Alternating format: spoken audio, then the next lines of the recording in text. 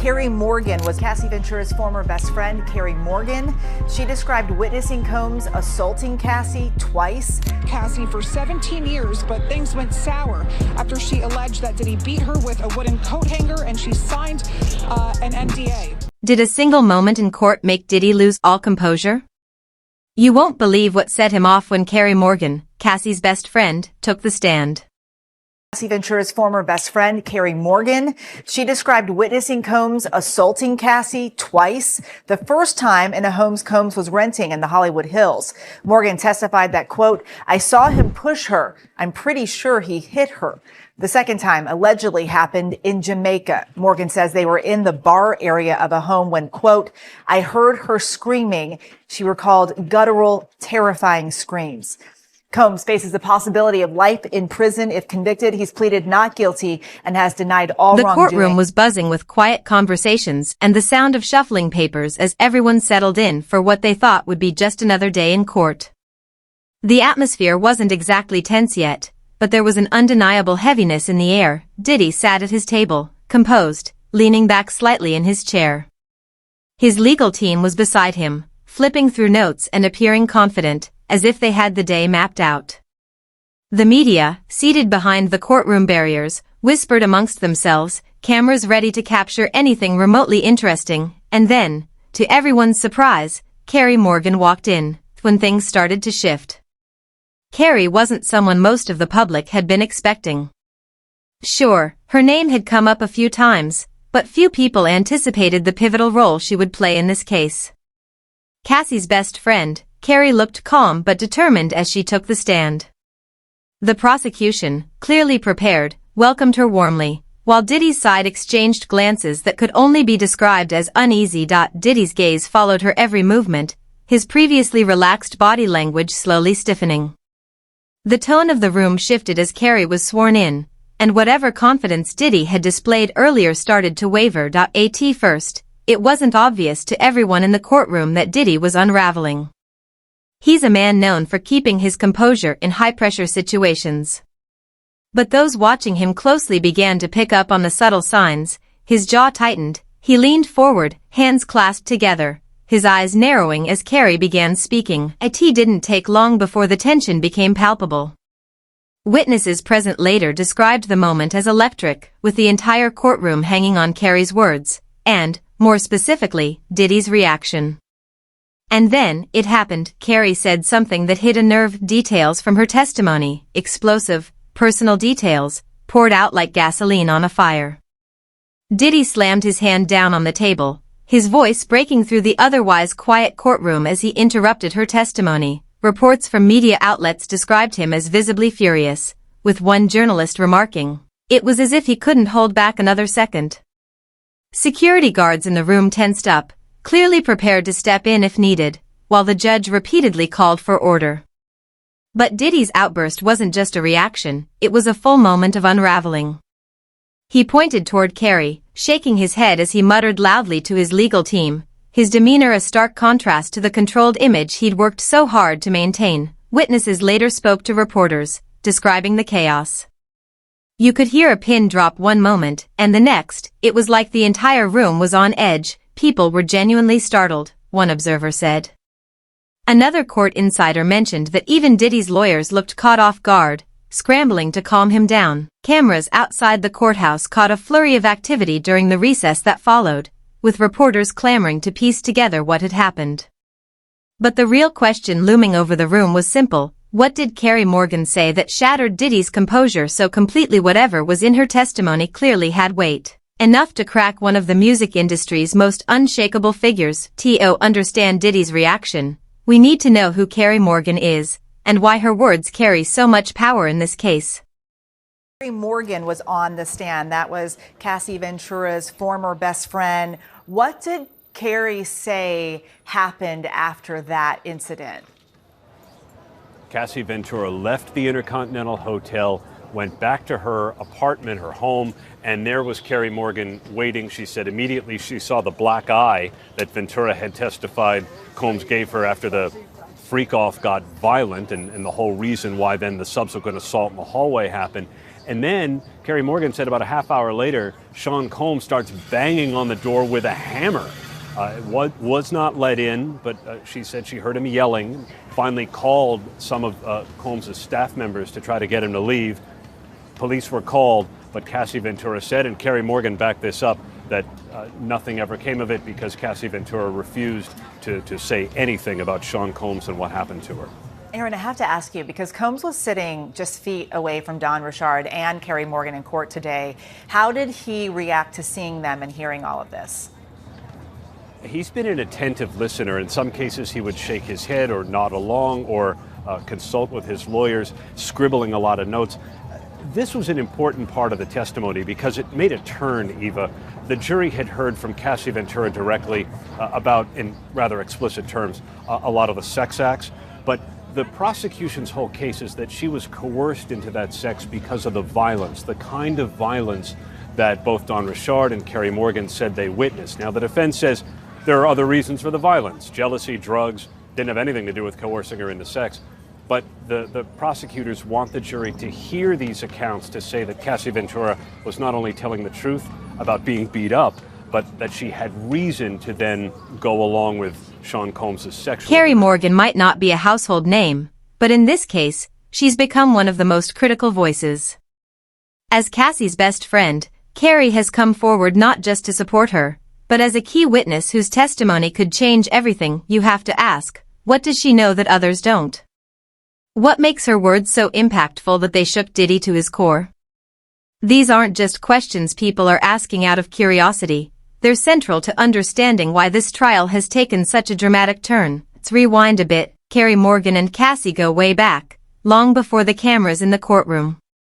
By all accounts, their friendship is the kind that's built on years of trust and shared experiences. Friends who were close to both women have described Carrie as fiercely loyal to Cassie, someone who's been by her side through thick and thin. And why does that matter? Because if anyone has been around long enough to see what went on behind closed doors, it's Carrie. Her proximity to Cassie over the years makes her testimony not just another statement, but a first-hand account of what Cassie endured. Carrie's credibility isn't just tied to her long-standing friendship with Cassie. She's also someone who's been described as thoughtful, measured, and not the type to speak unless she's absolutely sure of her words. A source close to the case even described her as someone who doesn't do drama, which makes her decision to take the stand all the more compelling. She wasn't just dragged into the spotlight unwillingly, she stepped up, knowing full well the gravity of her role in exposing the truth. But let's address the bigger question. What does Carrie actually know? According to reports, Carrie's testimony isn't based on hearsay or vague observations. She claims to have directly witnessed, or been told about, key moments of abuse during Cassie's tumultuous relationship with Diddy. One media outlet described her as the piece of the puzzle no one saw coming, highlighting how much weight her words carry in this trial. While the exact details of her claims weren't immediately shared before her testimony, what's clear is that she's not holding back. She allegedly provided insight into patterns of control, manipulation, and incidents of harm that, if proven, could drastically shift the case in Cassie's favor. What also sets Carrie apart is her willingness to stand up to someone as powerful and influential as Diddy. It's not easy to go against a global icon in a public courtroom. Nearly everyone watching the case has commented on the sheer courage it takes to speak out, especially knowing the immense legal resources Diddy has at his disposal. This isn't someone who's looking for attention. Carrie's statement suggests she's determined to seek justice for her friend, regardless of the personal risk. And that makes her testimony impossible to ignore. So here's where we are. Carrie Morgan has hinted at details that no one else could provide, details that paint a disturbing picture of what allegedly went on, but the question remains. What did she actually say on the stand that sent shockwaves through the courtroom? That's the part nobody saw coming, and trust me, the allegations are explosive. Let's break down exactly what was revealed, and why it left everyone, including Diddy, reeling. But let me tell you, Carrie Morgan is crucial, and she came crucial because she comes off as credible. Because one of the first statements that she made is that she came here because she was compelled to testify. She no longer speaks to Cassie Ventura. They stopped talking in 2018 after this incident having to deal with where she was assaulted by Sean Combs, where Sean Combs grabbed her by the neck and also threw a wooden hanger at her. But also that it led to Cassie giving her $30,000 so she wouldn't say anything about that specific incident. And that was the end of their relationship. She also corroborated 2 of the assaults that took place, having to deal with Cassie in terms of her being drugged and as well as her being punched. So she corroborated a lot of the testimony, but she came off as a neutral witness. And the defense wasn't able to break her as they wanted to, but was able to say that, look, it was still a... Carrie Morgan's testimony wasn't just another step in the trial. It was the moment that turned everything upside down. From the instant she took the stand, the atmosphere in the courtroom shifted. This wasn't routine. This was the moment people had been waiting for, or, in Diddy's case, dreading. The anticipation was palpable, with a buzz echoing outside the courtroom hours before she appeared. And once she began to speak, it was clear why. Her words didn't just shock, they devastated. Carrie detailed years of disturbing behavior she claimed to have witnessed firsthand. She painted a portrait of a relationship that was more than toxic, it was dangerous. Her testimony spoke of control, manipulation, and abuse, not hearsay, but events she said she personally observed. She described bruises she had seen on Cassie, moments when Diddy's rage spiraled into violence. But it wasn't just physical abuse that Carrie alleged. She recounted disturbing acts of psychological manipulation, saying Diddy used his power to isolate Cassie from loved ones, even monitoring her calls and messages to maintain dominance. And then came the moment that silenced the courtroom. Carrie spoke about a specific night, one so disturbing, even a partial recounting left everyone stunned. She said Cassie called her, terrified, in the midst of one of Diddy's explosive fits of anger. Carrie claimed she had to physically step in, an intervention that could have made things worse, but one she felt was necessary to protect Cassie. The courtroom gasped audibly. The judge had to pause proceedings to regain order. Then, in a moment of raw emotion, Diddy reportedly slammed his hand on the table, his muttered words lost in the chaos but his fury unmistakable. His legal team exchanged tense glances as the judge called for calm, the session temporarily suspended, and yet, even as the echoes of Carrie's words lingered, one question remained: how would Diddy's team respond? Would they confront these allegations head-on? Or launch a full-scale effort to discredit her? Whatever came next, one thing was certain: this trial had taken a dramatic and irreversible turn.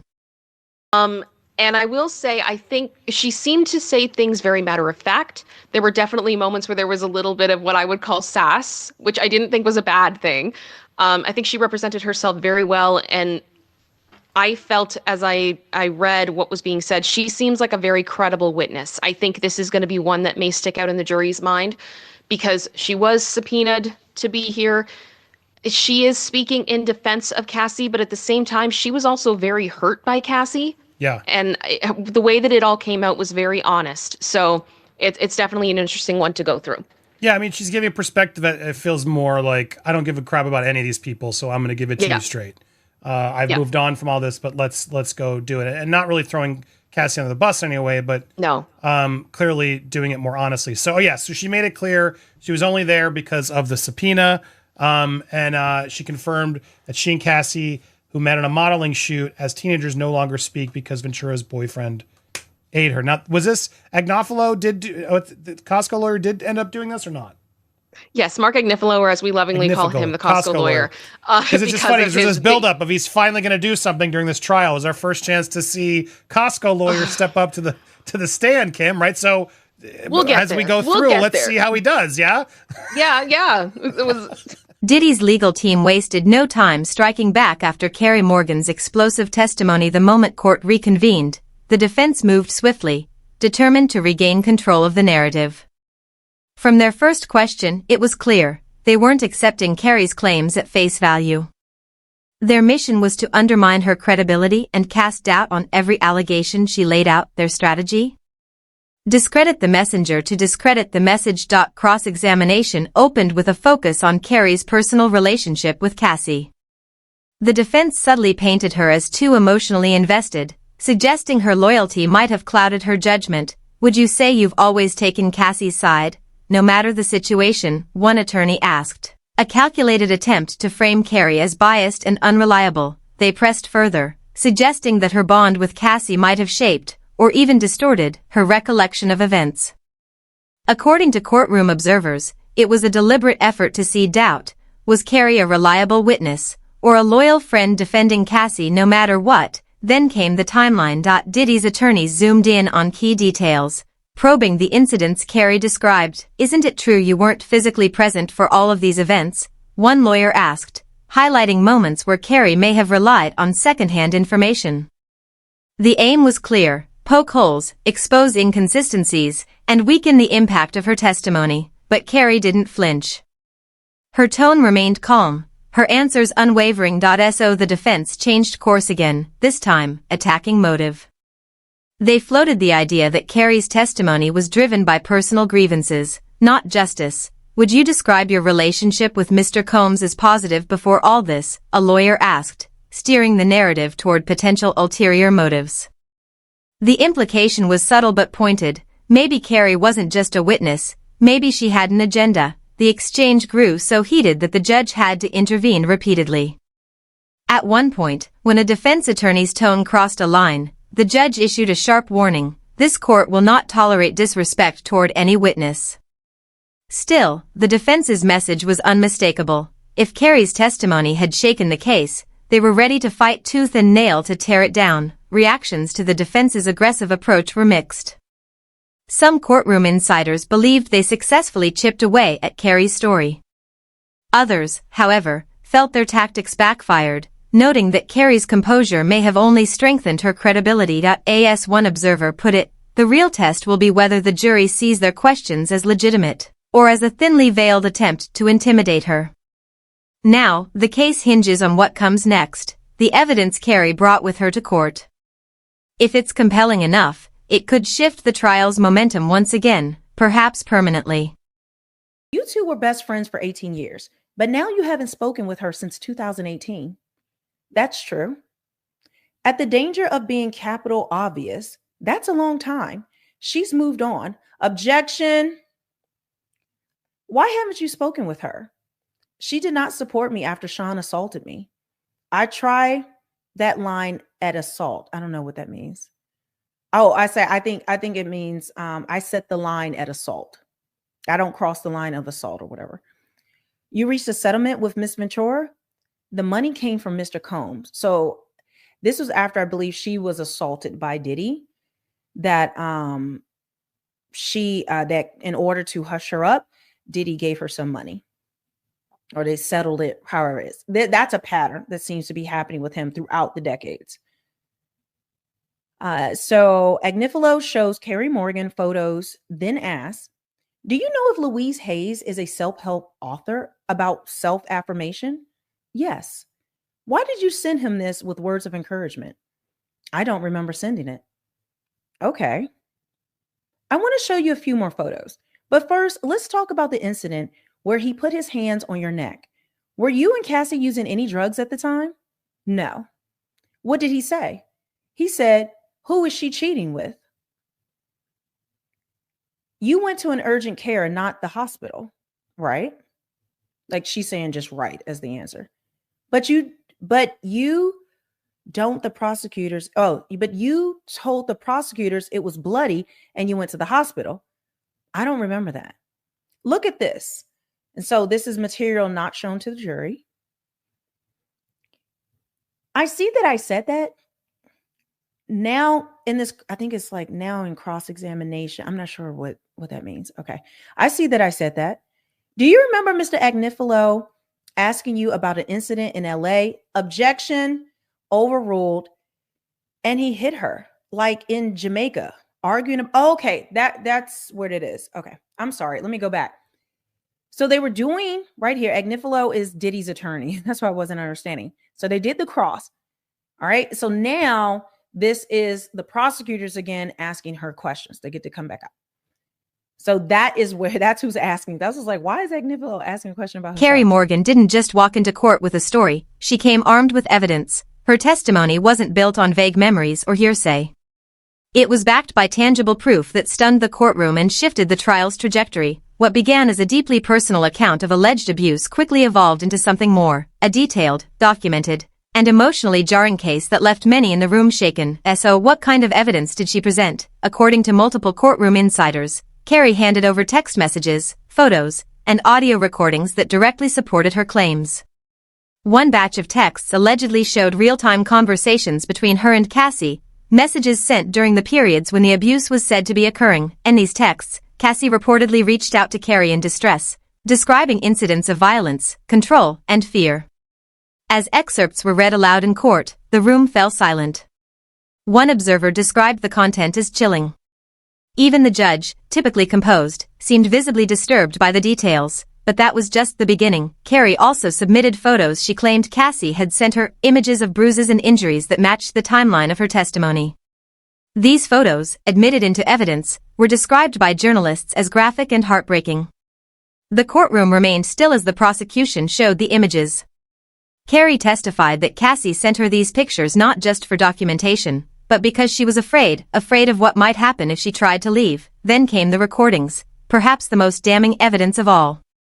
Carrie presented audio files capturing what she described as arguments between Cassie and Diddy.